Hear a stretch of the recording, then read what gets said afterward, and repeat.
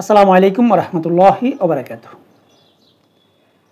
আওয়ামী লীগ সরকারের পতনের পর প্রেসিডেন্ট সুপ্পুকে অপসারণ করতে নানা রকম আন্দোলন হয়েছিল, এমনকি বহু আলটিমেটামও আপনারা দেখেছিলেন, কিন্তু কোনো এক অজানা কারণে প্রেসিডেন্ট সুপ্পুকে অপসারণ করতে পারেনি।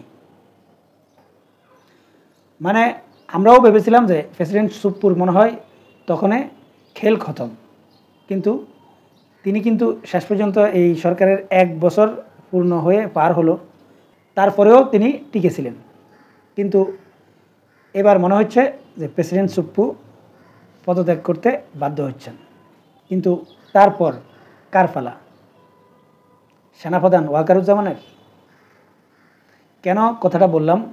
সাংবাদিক ইলিয়াসকে আপনারা প্রত্যেকে চিনেন, তাকে পরিচয় করানোর মতো কিছু নেই।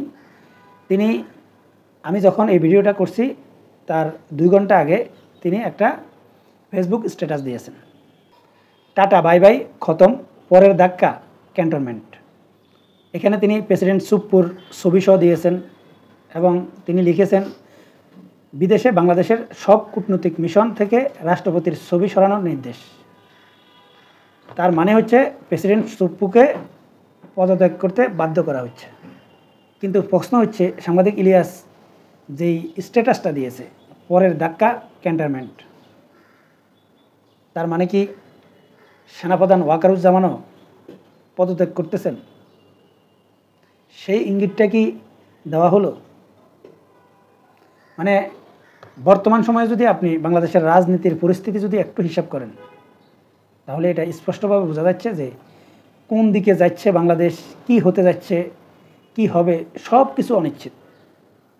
মানে এই 1/11 হতে যাচ্ছে না কি হতে যাচ্ছে, ঠিক এই অবস্থায় প্রেসিডেন্ট সুপ্পুর অপসারণ এবং সাংবাদিক ইলিয়াসের স্ট্যাটাসে সেনাপ্রধানকে ইঙ্গিত করা, সবগুলো মিলিয়ে আপনারা আসলে কি মনে করেন?